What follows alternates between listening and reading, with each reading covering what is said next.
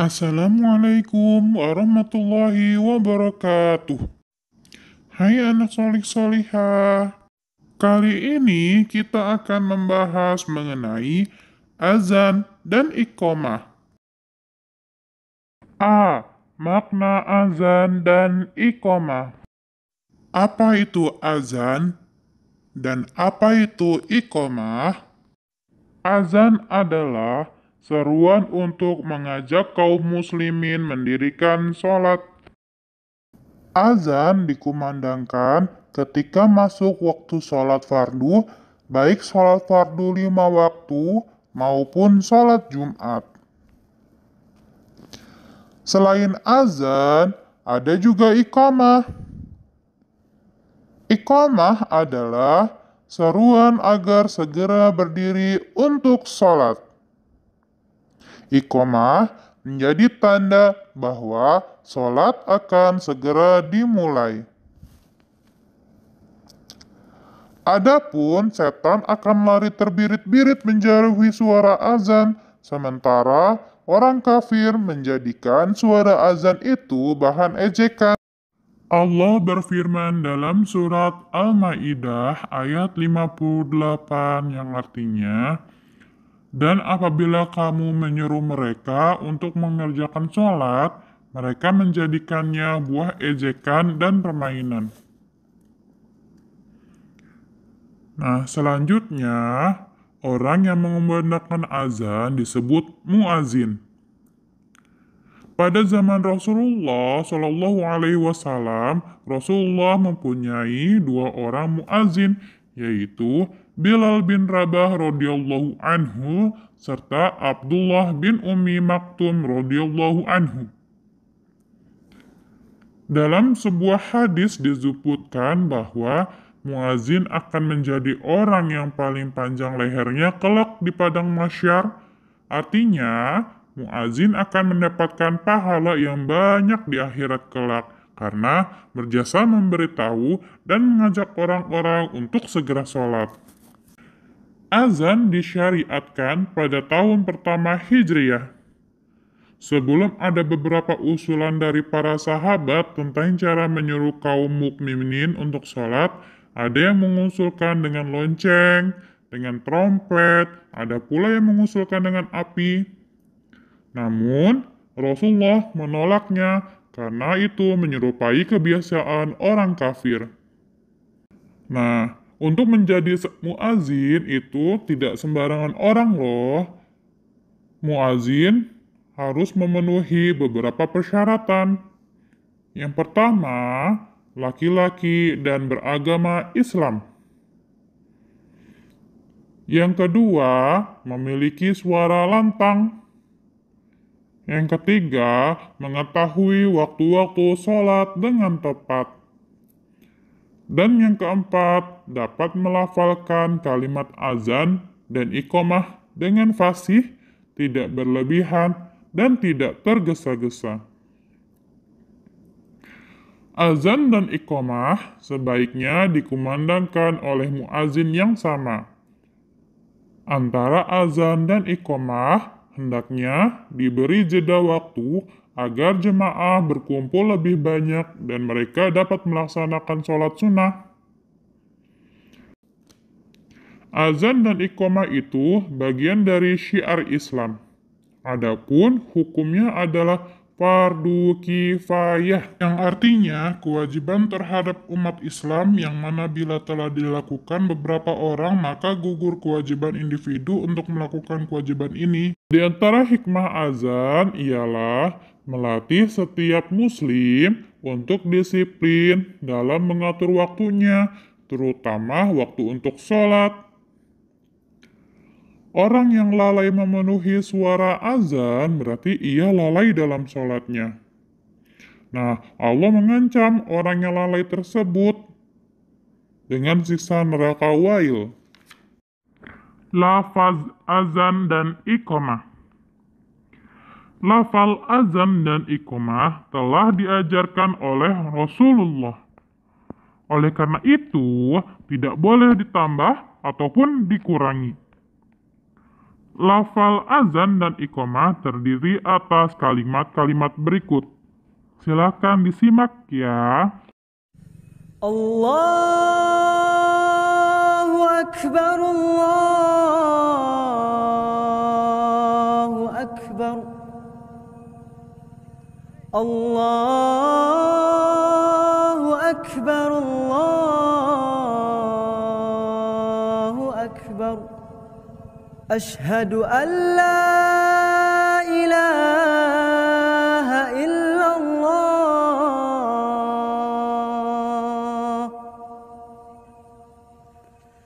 Ashhadu an la ilaha illallah. Ashhadu anna Muhammadar Rasulullah.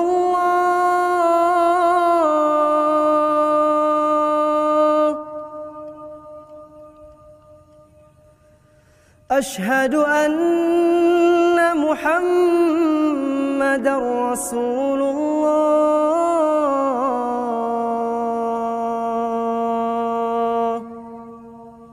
حي على الصلاة.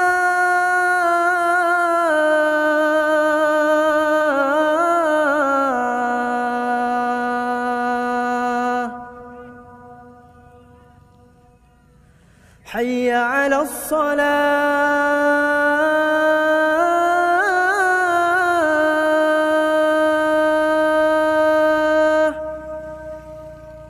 حي على الفلاح.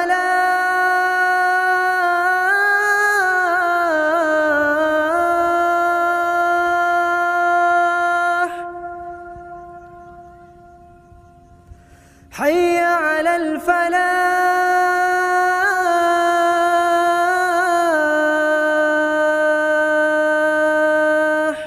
الله أكبر، الله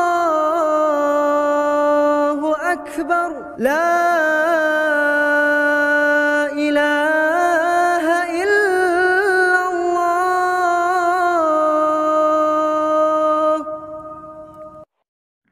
Adapun lafal iqamah ialah sebagai berikut. Allahu Akbar, Allahu Akbar, asyhadu an la ilaha illallah, asyhadu anna Muhammad Rasulullah, hayya 'alas shalah, hayya 'alal falah, qad qamatis shalah, qad qamatis shalah. Allahu Akbar, Allahu Akbar, la ilaha illallah.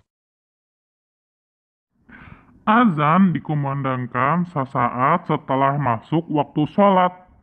Azan juga boleh dikumandangkan pada waktu awal fajar menjelang masuknya waktu subuh. Tujuannya untuk membangunkan kaum muslimin agar bersiap-siap sholat subuh atau segera sahur pada saat akan berpuasa.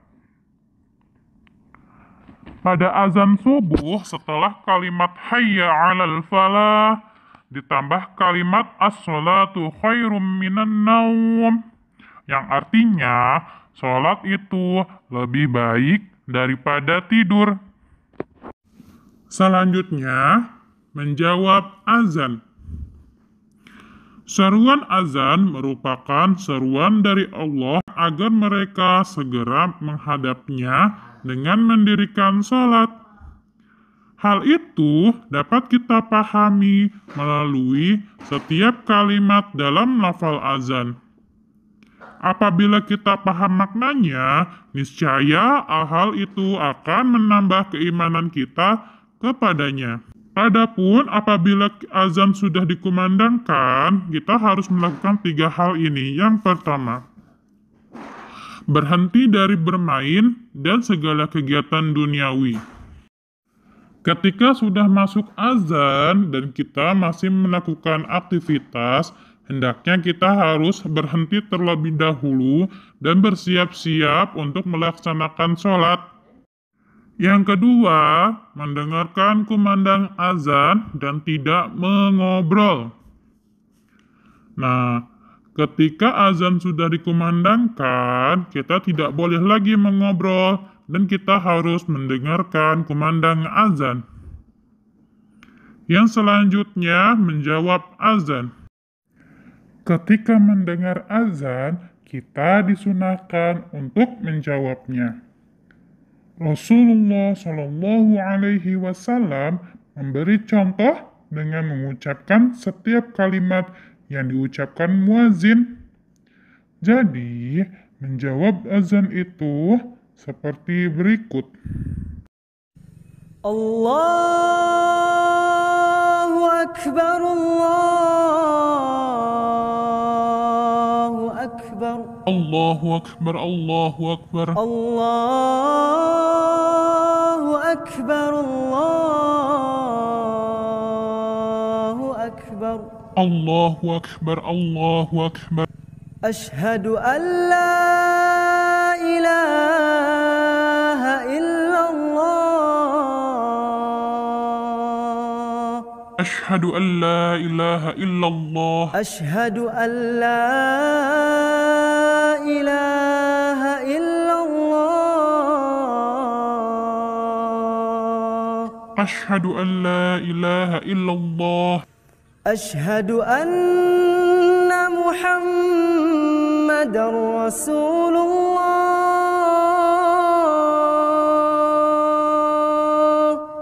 Ashhadu anna Muhammadar Rasulullah. Ashhadu anna Muhammadar Rasulullah.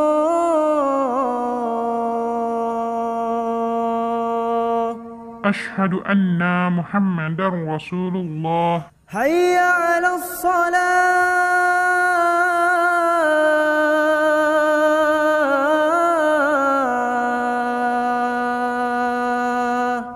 La hawla wa la quwwata illa billah. Hayya 'alas salah.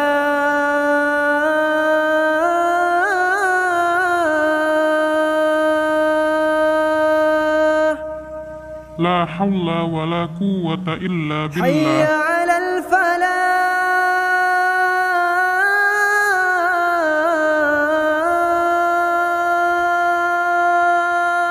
La hawla wa la quwwata illa billah. Hayya 'alal falah.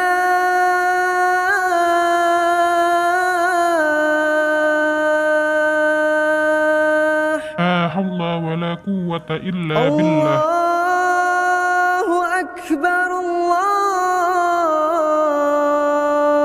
Akbar. Allahu Akbar, Allahu La Akbar. ilaha illallah.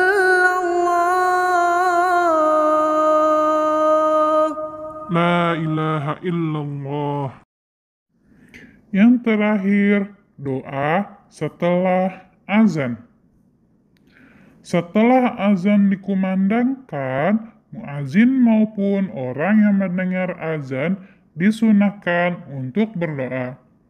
Berikut lafalnya.